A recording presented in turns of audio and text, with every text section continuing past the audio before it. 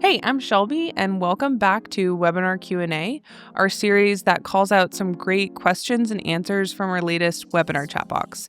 Let's get into it. So this week's webinar was on how much money you can make on federal disability retirement.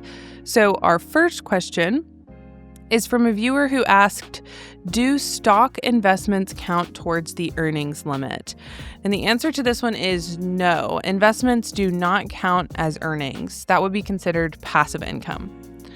And then the next question is from a viewer who asked, how closely does the OPM review your job in the private sector?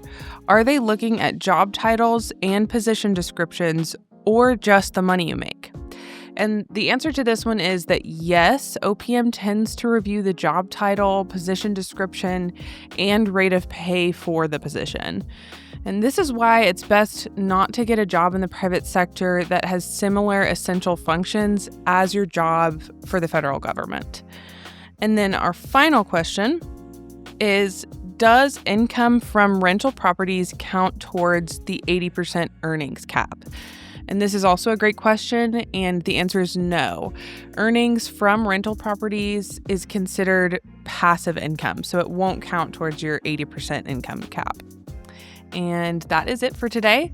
But if you want to get your question answered live, tune in for our next webinar at the link in the description below, or give us a call to schedule a 30-minute free consultation. To stay up to date on all things federal retirement, subscribe now, and we'll see you next time.